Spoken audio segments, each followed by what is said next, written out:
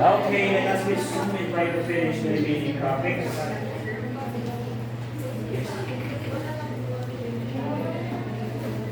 Immunotherapy is the use of prednisone. Okay? Immunotherapy. So basically, you're just going to weaken or control or suppress the immune system. Okay, in order to adjust, which is causing the hypersensitivity. Kumuha pa ko na yun yung damit.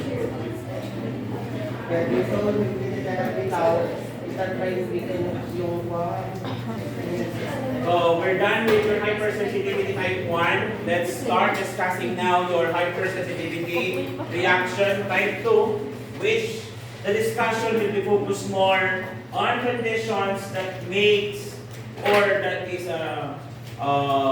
that may lead into cytotoxic and cytolytic reactions. So kung kanina is more on allergic reactions, ito naman po is more on cytotoxic and cytolytic reactions.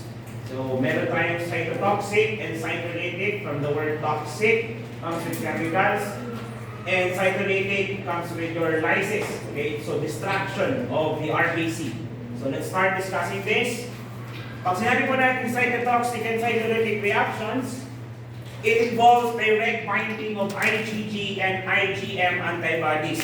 If you can still remember our discussion, in your type 1 hypersensitivity reaction, the main Ig involved is your immunoglobulin E. In your cytotoxic and cytolytic reactions naman po, the main IgG involved is your IgG and your IgM.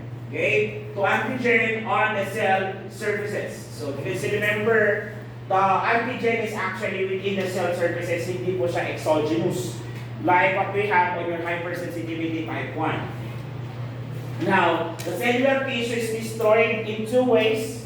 Okay, it's either through cytolysis or through your phagocytosis or your cytotoxic. So if you can still remember during our discussion on the anatomy and physiology of your immune system, may mga cells tayo na nagkakaroon ng phagocytic functions. Okay? Phagocytic functions when a specific antigen enters the body. Okay? Can I proceed? Yes. Now, these are the target cells that that will be destroyed in your type 2 reactions. Ito yung mga cells na nasisira po. Okay? So, yung mga cells na yan, unahin natin si erythrocytes. So, pamilya po ba si erythrocytes? So, what is erythrocytes? Your RBC. So, let's discuss the function of your RBC. What is the function of your RBC? It carries now your hemoglobin that carries the oxygen. Kailangan mo yung emphasize dito kasi mamaya doon sa pathophysiology maririnig yung tawag ng free hemoglobin. So paano ko nangyayari yun? Then discuss natin. When we talk about erythrocytes, the red blood cell, what makes red blood cell red? It's the hemi part of the hemoglobin. Yung hemi part is nagagawa siya through the aid of your iron and iodine. Kaya nga pag meron tayong kulang sa iron, nagkakaroon tayo ng iron deficiency anemia. Okay? At magiging maputla po ba tayo? Yes. Okay? So yung hemi part ng hemoglobin is actually derived from iron. The globin part are proteins.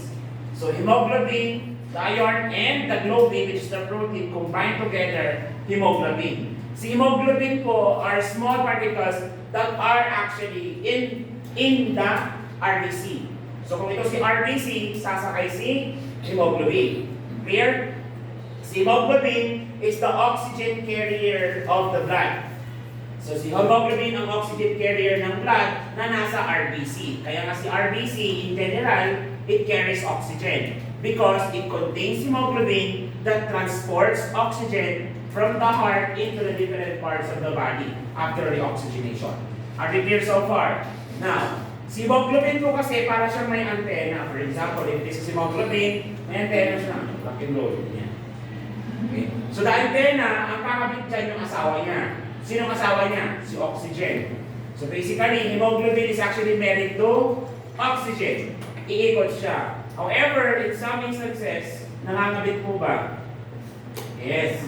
Mas mahal niya po si carbon monoxide. Yan. So pagpasok ng carbon monoxide sa katawan, automatic sisipain yung hemoglobin C, oxygen, at ang kakabit si carbon monoxide. Kung tayo nagkakaroon ng carbon monoxide poisoning. Okay? Ngayon, bakit ko sinasabi ito? I just want to emphasize that your hemoglobin is the transporter of oxygen to the different parts of the body, which is within the RBC. A repair. Now, in terms of the numbers, alam natin man, what is the normal value of your RBC? 3.5 to 5.5 cubic millimeter. Tama? 3.5 to 5.5 million. Ngayon, greater than 5.5 million, okay, ang tawag natin doon, idudugtong natin yung suffix na cytosis. So, erythrocytosis. Pag mababa naman, ang idudugtong natin is pinia. So, kapag mataas or sobrang taas ng level ng RBC, we term that as erythrocytosis. If it's too low, erythrocytopenia, or simply known as anemia. A repair. Let me just repeat that. An increased level is termed as erythrocytosis. A decreased level would be your erythrocytopenia, or your simply known as your anemia. Paliwanag po ba? Proceed tayo. Aside from your erythrocytes that carries now the oxygen, we have your platelets. What is platelets? Thrombocytes. Okay? Your thrombocytes. Thrombocyte, from the word itself, thrombus, meaning clot. Kasi nga, platelets will make the blood clot. Isn't it? So, therefore, pag mataas ang level ng clotting factor natin, which is platelets sa dugo, kamusta ang ating dugo? Magbubuo-buo ba? Yes. At pag sobrang baba naman ng platelet, it may lead to bleeding. Ano naman yung term natin to describe a too much level of thrombocytes in the blood? Thrombocytosis. Pag sobrang baba, thrombocytopenia. Are you getting it so far? Yes. And the last component of the blood is your leukocytes. Alam naman natin, leuko-white cells, white blood cells. Clear? So the white blood cells are now the soldiers of the body, isn't it? So, sila po yung panglaban natin for infection. So pag tumaas siya sa dugo, ang tawag natin, leukocytosis. Pag sobrang baba, leukopenia. Or leukocytopenia, pwede. Pero pwede leukopenia. Kasi yung white blood naman yun, leuko. Okay? So leukopenia. So pwede siyang leukopenia. Ngayon, pag ang pasyente mataas ang ating leukocytes, anong pwedeng mangyari? Nakaroon tayo ng natawag na hypersensitivity reactions. Pag sobrang baba naman, immunosuppression. Then tayo, so if you are immunosuppressed, are you prone to develop infection? Yes. If you are prone to develop infection, what type of isolation should you be placed into? Reverse isolation. So who should wear mask? Is it the nurse or the patient? The patient. Pero kung pwede nang magsuot din si nurse, magsuot na lang. Are we clear? Yes. Let's go into details. Okay.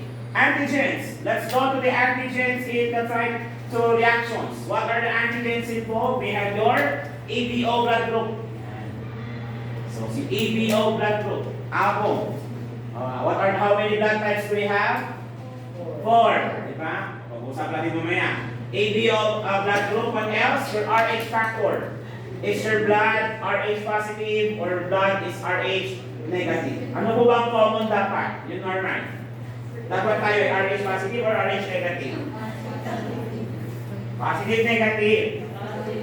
Negative. Dapat ang dugo is RH negative. Kasi kung positive, lalo sa mga babae, pwede mag-develop ng RH incompatibility. Hindi ba? Kapag sa RH incompatibility, pag yung firstborn child mo, ikaw RH negative at yung firstborn child mo is RH positive.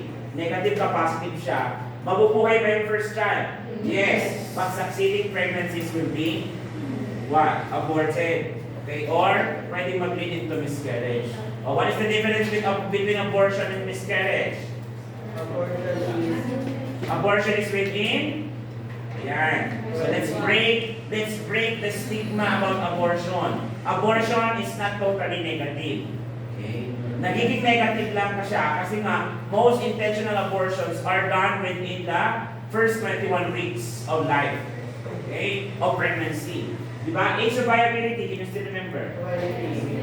20 weeks, right? If it's more than 20 weeks or 21 weeks and above, viable. Less than, non-viable. If the wastage happens within the first 21 weeks, so below 21 weeks, we term that as abortion.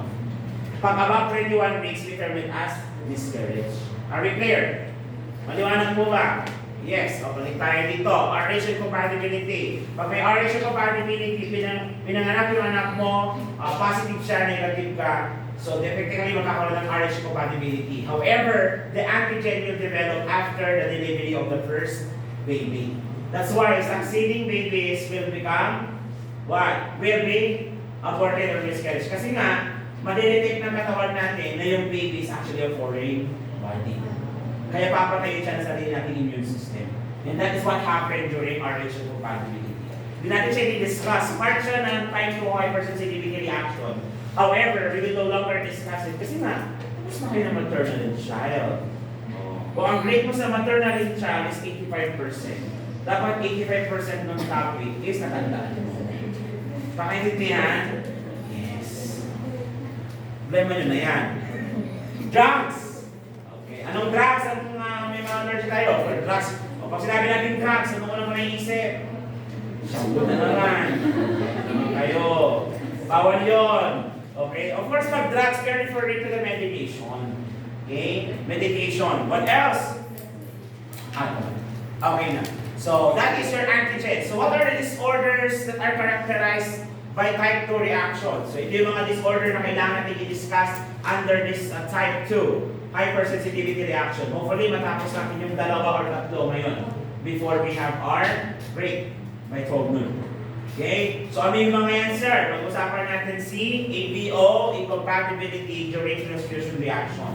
O yung tinatawag natin hemolytic transfusion reaction. So, nasalinan ka ng dugo na hindi ka naman compatible. Nangyayari po ba yun? Yes, nangyayari po yun. Okay? Nakakaroon tayo ng mga ganun. Di ba sometimes nga sabi nila, when it rains, it pours. May mga kamalas-malasan din sa isang buhay din sa talaga. Okay? Aside from that, the RH incompatibility transfusion reaction, we no longer discuss this kasi yung part ito ng discussion yun ng maternal and child abnormal. So, maternal MCN, MCA2. Yan. So, hindi natin i-discuss yan. But ito, i-discuss natin. Autoimmune drug-related hemolytic anemias. We'll try to discuss this. Leukopenias, mababang leukocytes. I-discuss din natin si thrombocytopenias, specifically yung thrombocythemia purpura. Narinig na ba yun? Thrombocythemia purpura. Hindi pa. Discuss natin yan. Graves disease and your good pasture disease. So, hopefully matapos natin si APO, good pasture sa si Graves disease. Sila kasi yung mga inuna ko dyan. Okay? Tapos bukas, yan. So, cover natin yung iba. Okay?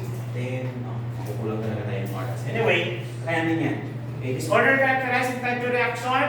Let's start with your hemolytic transfusion reaction. Okay? So, hemolytic transfusion reaction, guys. A classic type 2 reaction occurs when a recipient receives ABO incompatible blood from a donor. So naturally acquired antibodies to antigens of the ABO blood group are in the recipient's serum but are not present in the erythrocyte members. May napaintindihin? Yes, kung hindi mo intindihin. Pero ito lang ito kadalian. Okay? Kailangan alam mo lang kung sino ang pwedeng mag-donate at kung sino ang pwedeng tumanggap at hindi niya pwedeng tanggapin. Okay? Can you still remember during our review session, what are the 4 types of blood? We have your blood type. O, A, B, AB. O, A, B, AB. O, A, B, AB. So lahat ng araw, pababa. Pwede bang magpakanan? No. Pwede bang pakaliwa? No. Pababa lang lahat. So O to A. Yes. O to B. Yes. O to AB. Yes. B to A. No. A to B. No. B to O. No. O to AB. Yes. AB to AB. Yes. O to O. Yes. A to B. No.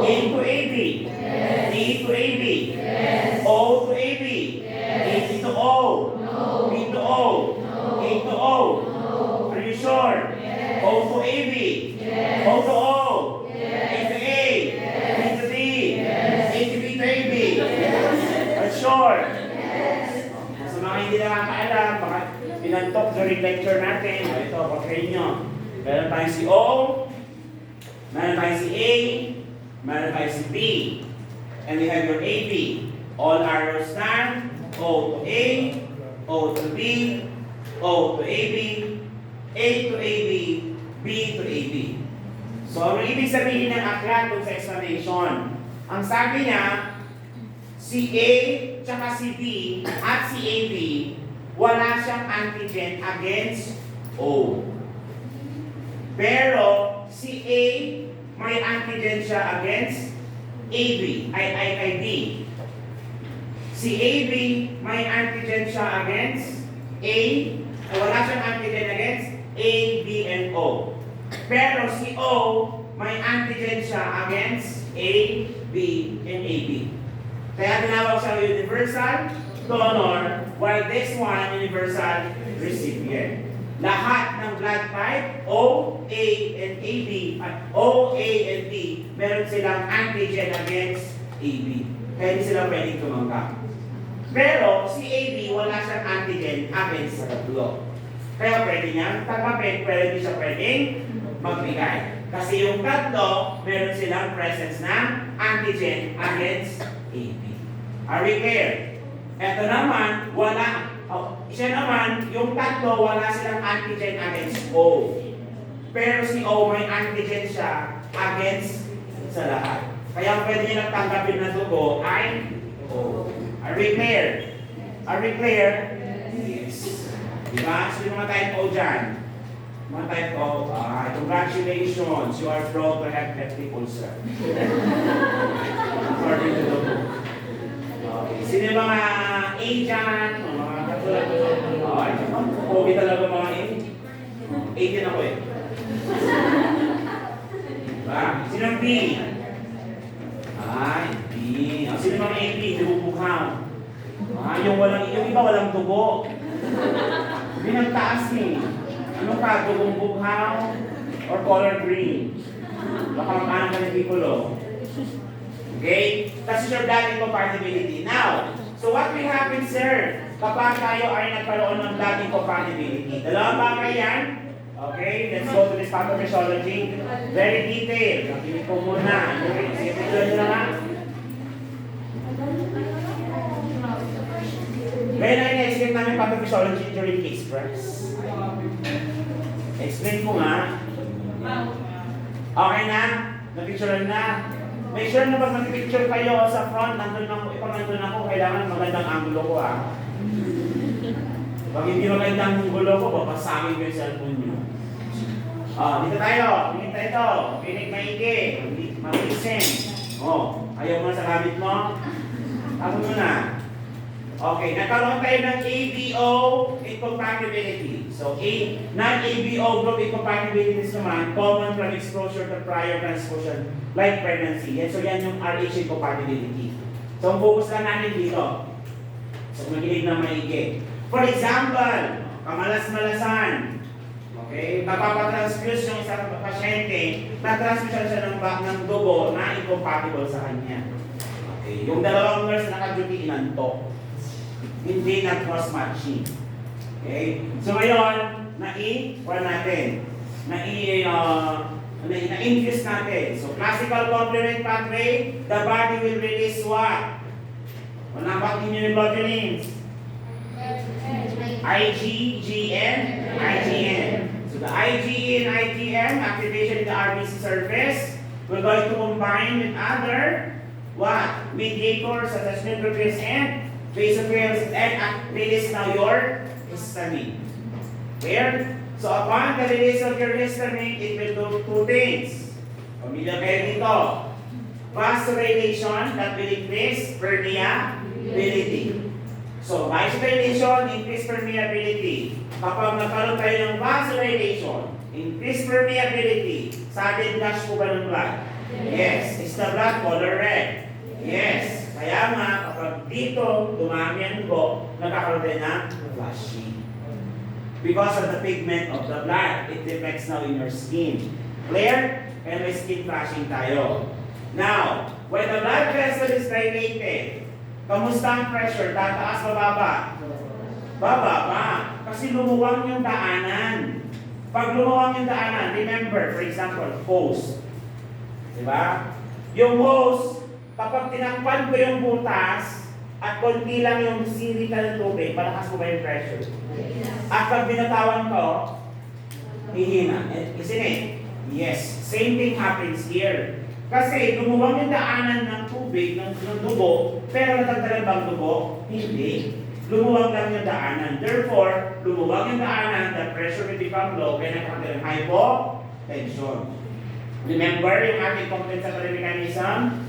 Kapag nagkaroon ng hypotension, the brain will detect that as decreased blood volume. Will the heart compensate?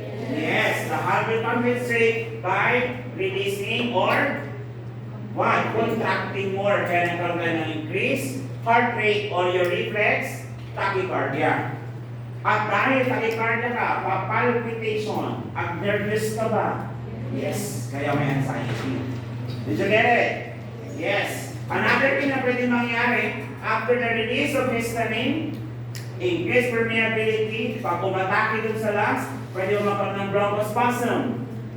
Yes. So bronchial smooth muscle become constricted. At pag naging constricted yan, ano mangyari sa daanan ng hangin?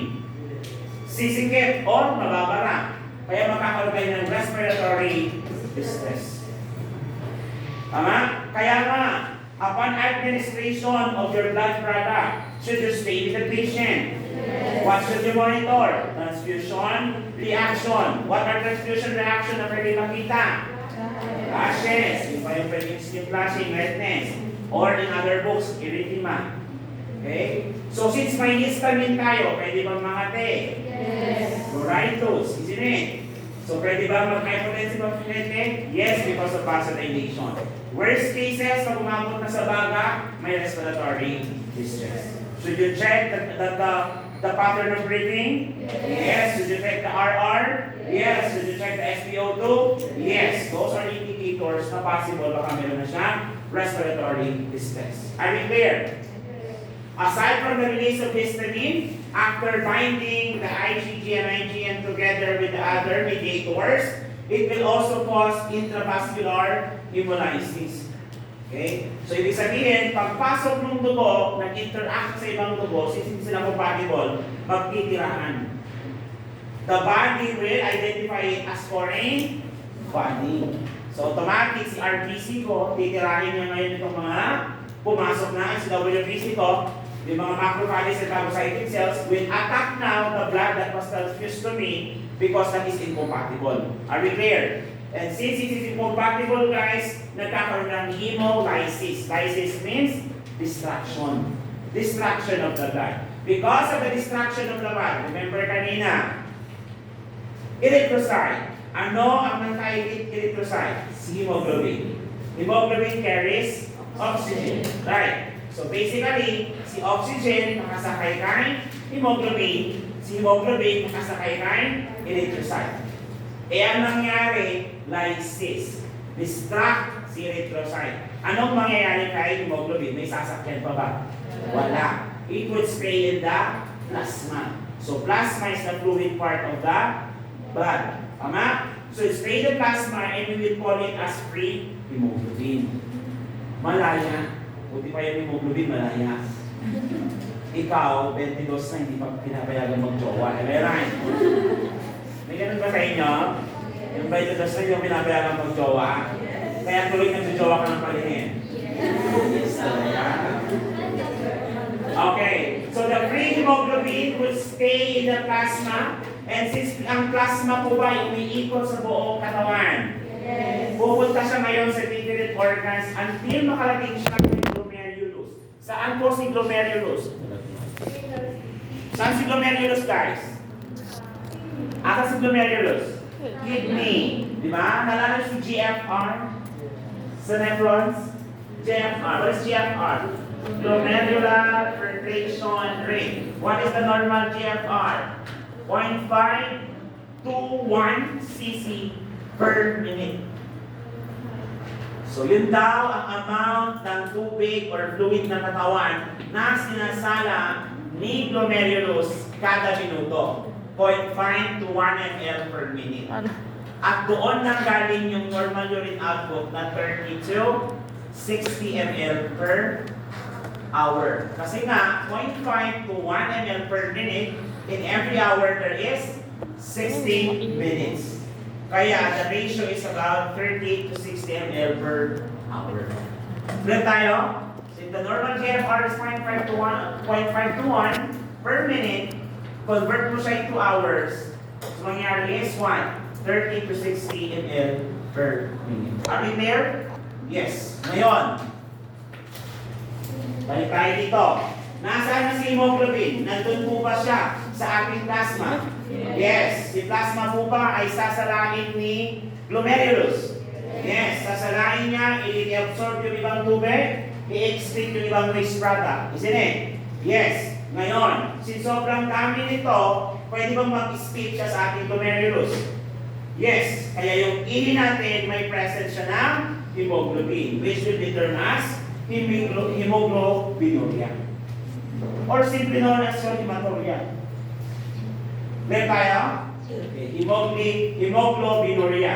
Why? Because of the presence of the free hemoglobin in the plasma that is passing through now your glomeruli, the renal reabsorption will take place. Kaso nga lang, kapag sobra yung tubig, hindi na kayang i-filter lahat, ilalabas na lang through a form of ihi. At sobrang dami ng hemoglobin sa dugo, dapat hindi papasok yun. So sa nga lang, wala na siyang paglalagyan kasi na-distract si RBC. Sumama ngayon si hemoglobin, kahit plasma, palabas ng katawan in a form of urine. The presence of hemoglobin in the urine is termed as hemoglobinuria.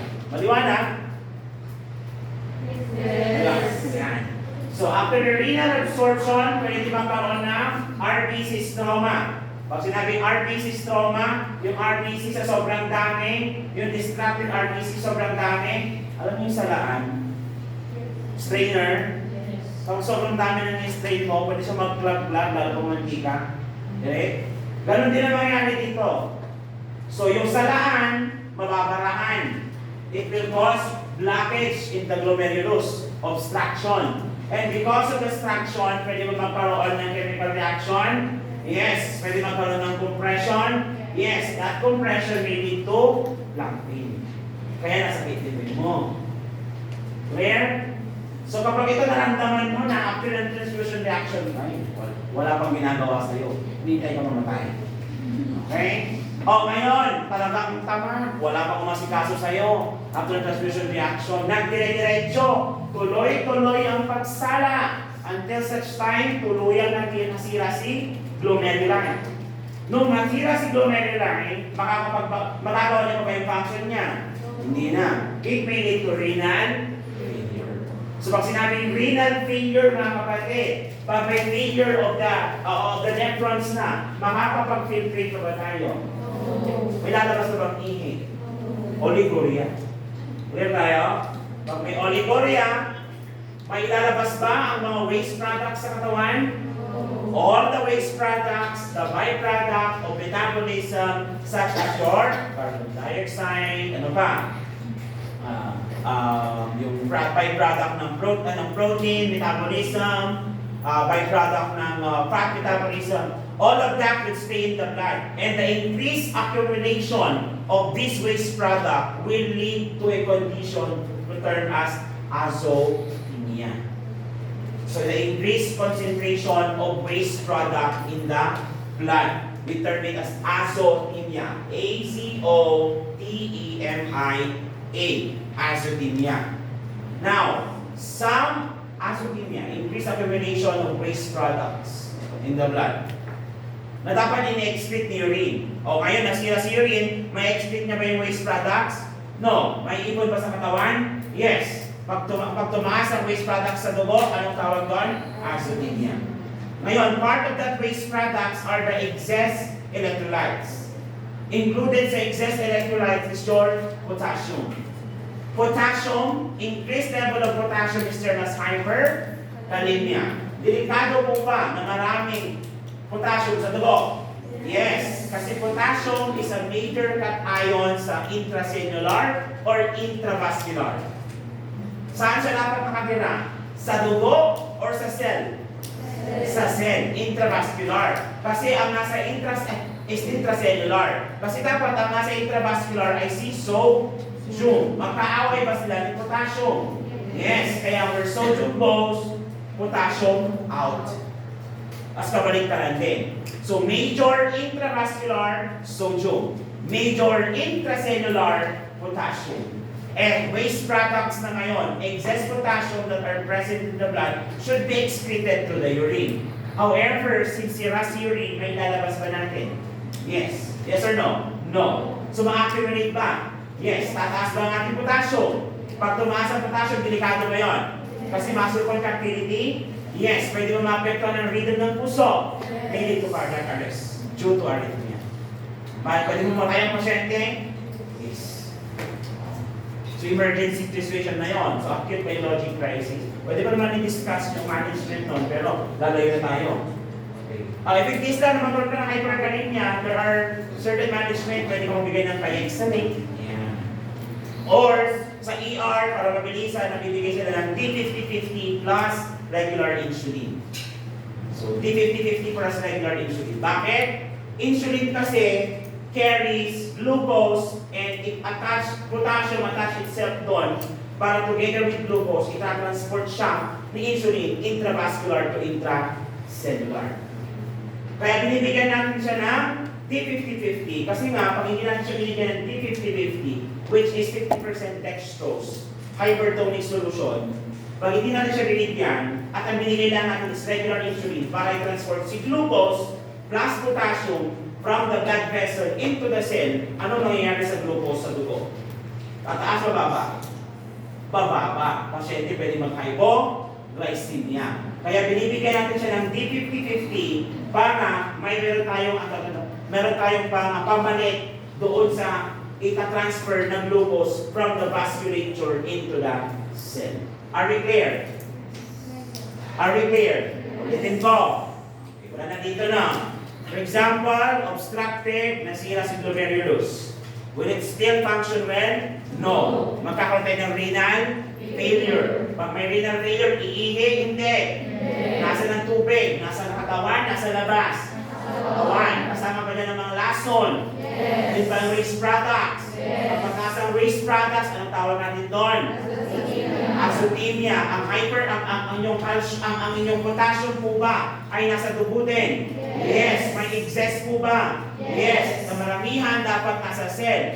The excess will remain in the blood and others should be excreted through the urine and feces. However, napafunction ba si kidney? Hindi. Kung hindi nag-function si kidney, anong mangyayari sa excess potassium? Mag-i-stay ba sa blood? Pag nag-stay sa blood, hyperkalemia ba yun? Ang hyperkalemia ba ay delikado? Pwede bang magkaroon ng arrhythmia? Pwede bang ma-atake? Pag na-atake ka dahil sa high potassium, delikado yun. So anong gagawin natin? Kailangan bang bawasan si potassium? Pwede mo ba siyang paiihin? Kasi sira pa si kidney. So anong gagawin natin? Yung excess, dalhin natin kung saan siya dapat. Saan ba siya dapat? Sa dugo, sa cell? So dapat ba i-transport natin? Trabaho ng insulin, mag-transport ng glucose kasama si potassium. Ita-transport natin yon. Kaya bibigyan natin siya ng insulin. Did you get it? Ngayon, pag binigyan natin ng insulin, potassium lang ba ita-transport? Ita-transport din ba ang glucose? Mag-hypoglycemia ba ang pasyente? Kaya nagbibigay tayo ng dextrose 50-50 or 50% dextrose para palitan yung possible sugar na mawala once we give regular insulin. Maliwanag na? Okay po, sabi na lang. Yes.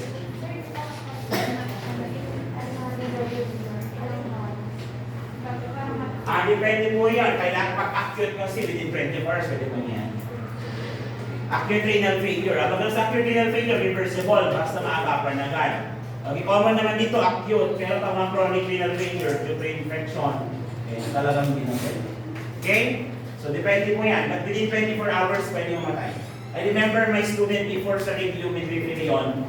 Okay, estudyante ko siya ngayon, pinabukasan ko kayo na siya. Hindi ko alam, akala ko taba lang siya, yung pala namamang siya sa dati. Tapos tinakbo niya ang ER, tinakbo niya sa ER yung sarili niya ng gabi, mga late midnight na. Okay, kasi nga iba na nararamdaman niya, tapos doon na cardiac arrest, hindi na siya nakapasok sa classic device. Doon lang po kabilis ang renal failure. Okay, active renal failure. Kaya mag-ingat-ingat sa mga infection, for example, simple tonsillitis, simple sore throat, binigyan ka na ng antibiotic, hindi mo ininom lahat. Kasi akala mo magaling ka na after 3 days, di ba? So yung mga mother natin, tama? Papacheck up sila, bisata ng 7 days, ang gawin nila? Iinom. Tama?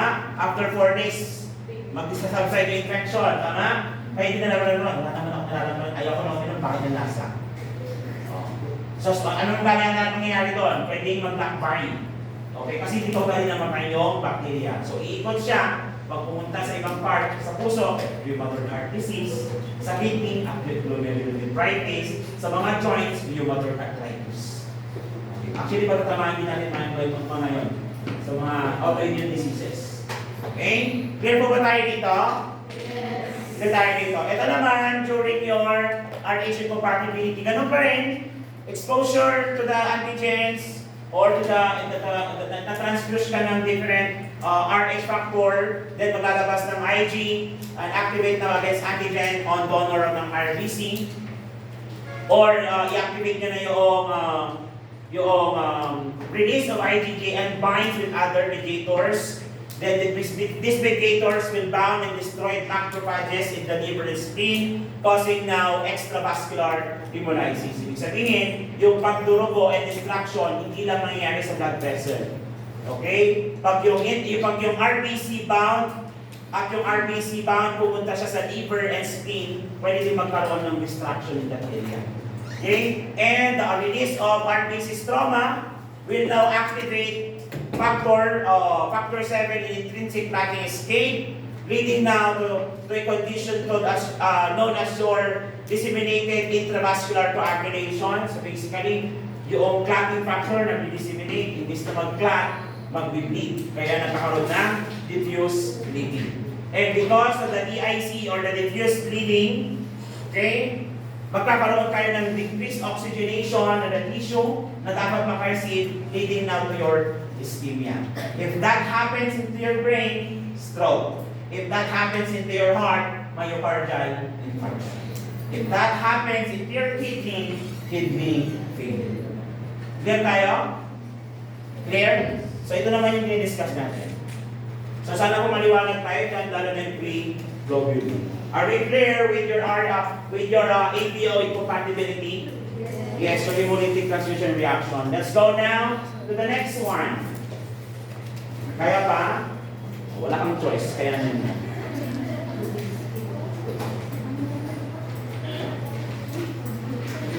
Next, good pasture.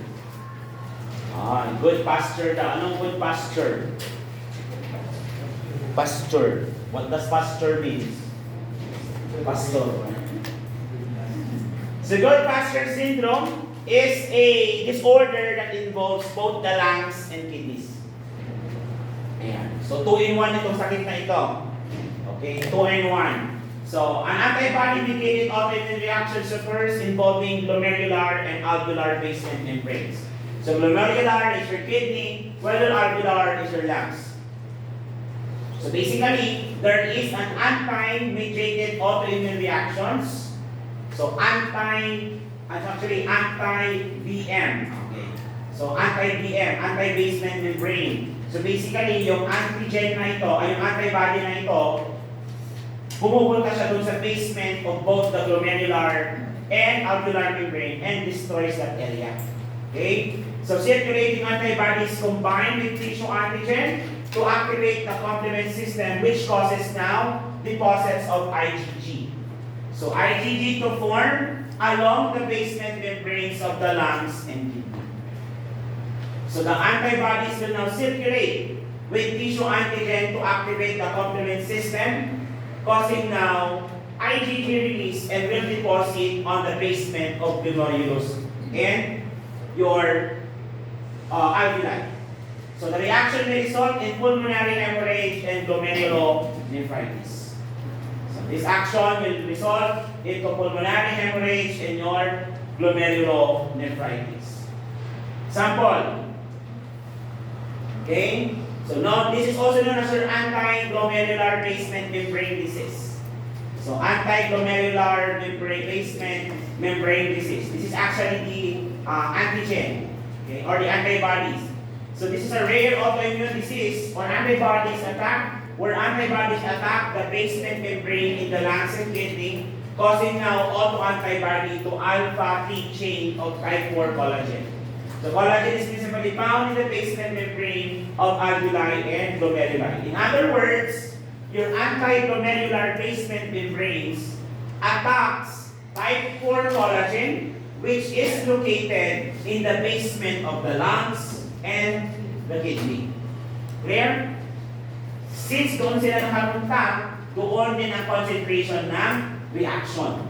Hypersensitivity reaction. To understand this better, let's go with your risk factors.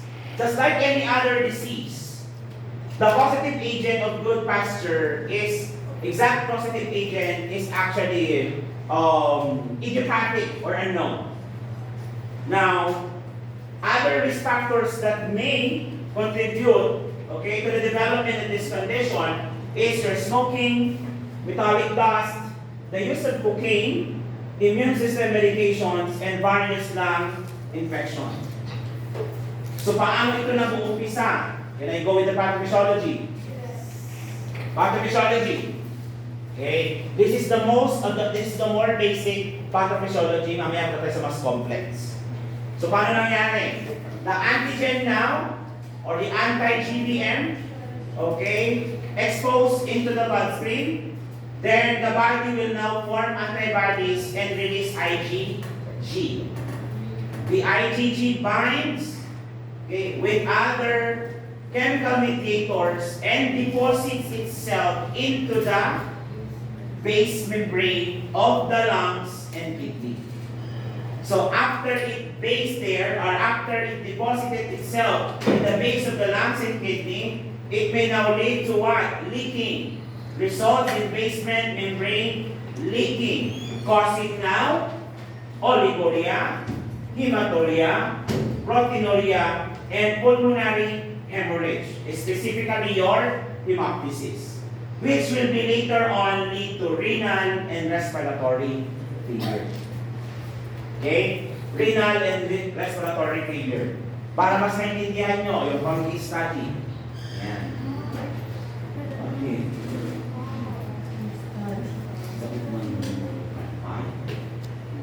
Sure. Okay, yan pa rin. Type 2 hypersensitivity reaction, cytolytic and cytotoxic, isn't it? Now, antibody-mediated damage too. So, what are the antibody-mediated damage? Antibody-mediated substance? This is your anti-GBM antibodies. So, anti-GBM antibodies are the anti-glomerular basement membrane antibodies. Okay? So, basically, anti-GBM, anti-glomerular basement membrane antibodies, an antibody that kills now or destroy the glomerular basement membrane. Clear tayo? So, ibig sabihin, inaatake ng sarili nating sundalo ang ating katawan. Clear? Yes. So, if it happens in your kidney, it may lead to glomerulonephritis that may lead to hematuria. If it happens in your lungs, it may lead to alveolar hemorrhage, which is manifested by hemoptysis or the coughing out of blood. So blood pinch. Yung parang pag umupo ka, parang may talsik-talsik ng dugo. Okay, hindi siya susuka. Pag sumuka ka ng dugo, ang tawag doon hematomesis. More on gastrointestinal tract yun.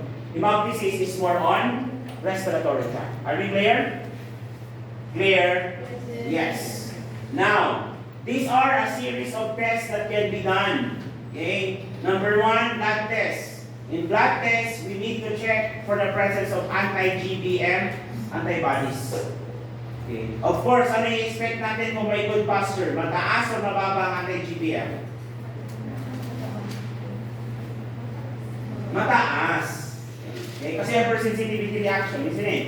Yes. Sa urinalysis naman, okay, makikita tayo ng hematuria and proteinuria. So in hematuria, the presence of blood in the urine, proteinuria is the presence of protein in the urine because of the destroyed glomerular wall, okay, or membrane. Then the diagnostic test, pwede tayo mag-perform ng renal biopsy for glomerulonephritis and other lung tests like your fluoroscopy for your alveolar damage naman. Okay, so that is your histopathology report. So what is the treatment? Anong treatment natin? Basic. Anong problema natin? Anti-GBM. So kung wala pa si anti-GBM, wala reaction na mangyayari. Yes. So tanggalin mo lang si anti-GBM. Paano daw tatanggalin si GBM? Plasmapheresis. Clear tayo? So plasmapheresis is basically a procedure wherein they remove the antibodies into the or from the blood. Okay? And reduce antibodies formation. Paano tayo reduce antibodies formation? Immunotherapy. What will you give? Steroids. Clear? Clear po tayo? Yes. So para since hindi kayo pakinggan sa picture, let's go in the details. So manifestation.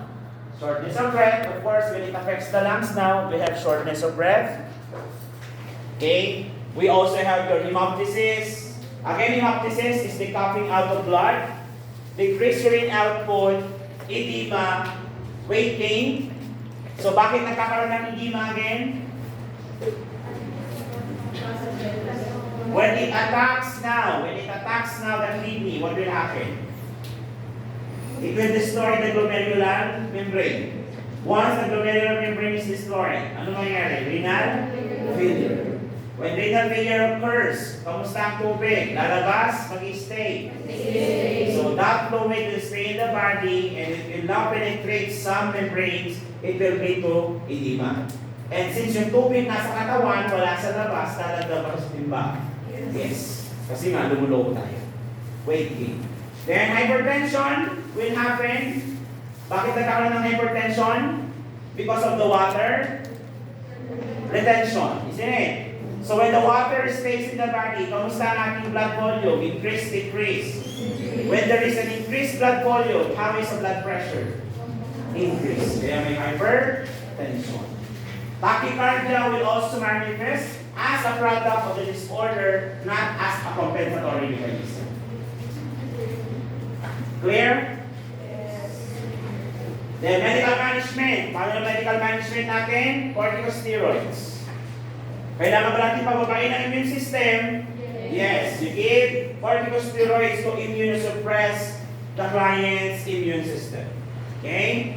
We can also do your plasmapheresis to remove now the antibodies from the blood. And of course, if in case that the kidney is already draining, we can also do your dialysis. Plasmapheresis removes the circulating anti-glomerular basement. Antibodies and immunosuppressive therapy inhibits further antibody production. You have to perform these two first before you will proceed to possible renal transplant. Possible ba magkaroon tayo ng renal transplant?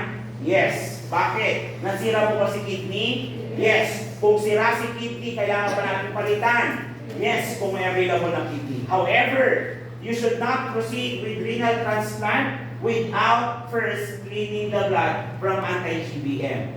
Why? Because if you do transplantation while anti-GBM antibody is still in the blood, what will happen? It will kill in the kidney. Na pinasok mo. Sayang naman. So, ang gagawin mo, bago mag-renal transplant, ano mo nang gagawin? Linisin mo na yung dugo from anti-GBM. Once the blood is already clear from anti-GBM antibody, that's the time that if there is an available kidney, then transplant will be performed. Are we clear? Yes. Other medical nursing management, appropriate for critical ill patient, experiencing acute kidney injury, respiratory distress, and instituted. Focus on compressing autoimmune response with mediators, corticosteroids, and plasmapheresis. Then support therapy for pulmonary and renal involvement. Pulmonary and renal involvement. Ay, hindi pa tapos?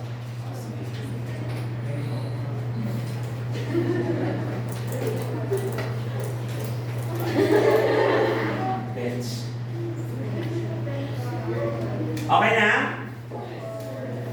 Out here.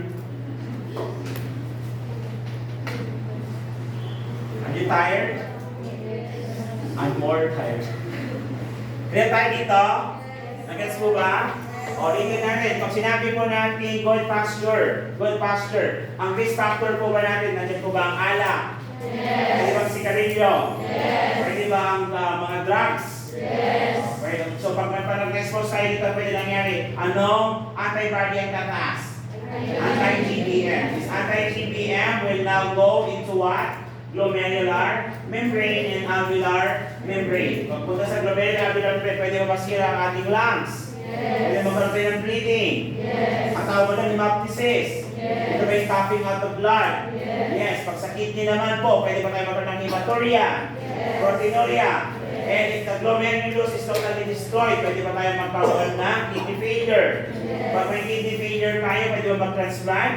Yes, after now, cleaning of the blood from anti-GBM. Are we clear? Yes. Do you have any questions? Do you have any questions? Okay, last one.